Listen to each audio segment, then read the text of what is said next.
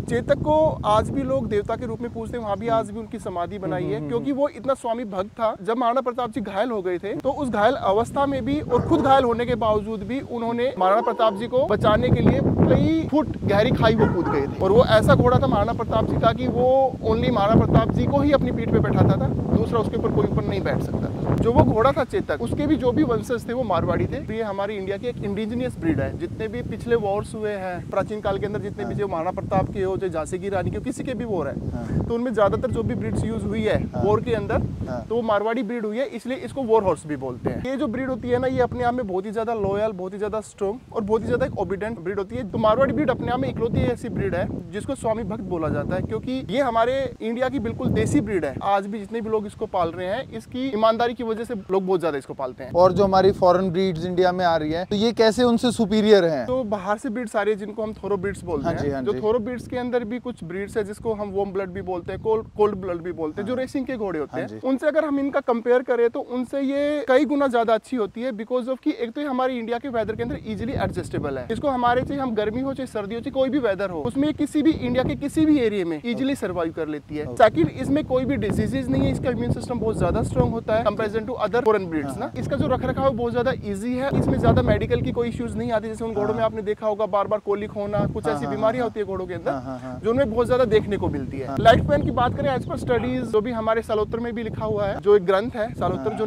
नकुल जी ने बड़े प्राचीन काल में लिखा था, तो हमारे मारवाड़ी घोड़ों की या कोई भी घोड़ों की जो नॉर्मली एज होती है वो 30 से 35 साल। मैंने अपने सर्कल के अंदर मारवाड़ी घोड़ा आज भी है, वो लाइव है, अभी वो 38 ईयर्स का हो चुका है, पैरों से भी फिट है, पूरा हेल्दी घोड़ा है, आज भी लोग उस पर राइड कर रहे हैं। मैं आपको बताना चाहूंगा, जो घोड़ी आप देख रहे हो ये मेरी मेयर है, एक ब्रूड मेयर है, इसका नाम गजनंदनी है। इसकी एज अभी 5 ईयर्स है, और अगर मैं हाइट की बात करूँ तो इसकी 62 इंचेस हाइट है। मदर फादर की बात करूँ तो जो इसका सायर है, जो इसका फादर है वो है गजराज, और इसकी जो मदर है वो है चंद्रमुखी।